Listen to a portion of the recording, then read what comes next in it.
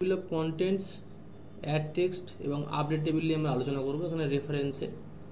তো তার জন্য এটা বোঝানোর জন্য আমাদের কী করতে হবে, প্রথমে এখানে এসে হোমে এসে আমাদের কিছু হেডিং নিয়ে নিতে হবে। দেখো এখানে নিয়ে ধরো চেঞ্জ আছে, আমরা আর একটা হেডিং নিলাম, এখানে নিয়ে আমরা আর একটা হেডিং নিলাম। এবারে দেখো আমরা ফার্স্ট লাইনে চলে এলাম। দেখো তিনটি হেডিং আছে। ফার্স্ট লাইনে চলে এসে যখন রেফারেন্সে এসে টেবিল অফ কন্টেন্টস দিলাম, দেখো এখানে বিভিন্ন প্যাটার্নের টেবিল অফ কন্টেন্টস দেওয়া আছে।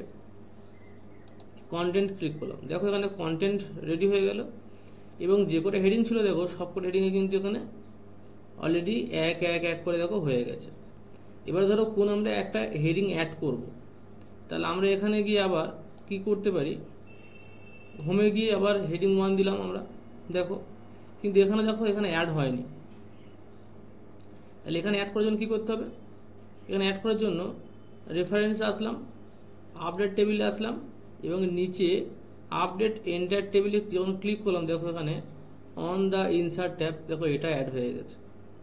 এবং আরেকটা দেখো, ধরো you can easily change the, আমি এটাকে আবার হেডিং করতে চাইছি, তাহলে এখানে এসে আর সরাসরি হোমে না গিয়ে এখানে এসে লেভেল 1 করলেই কিন্তু এখানে হেডিংটা হয়ে যাবে।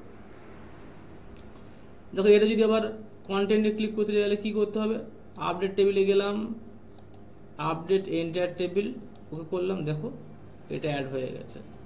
তো এই ছিল আজকের টেবিল অফ কন্টেন্টসের টোটাল ক্লাস।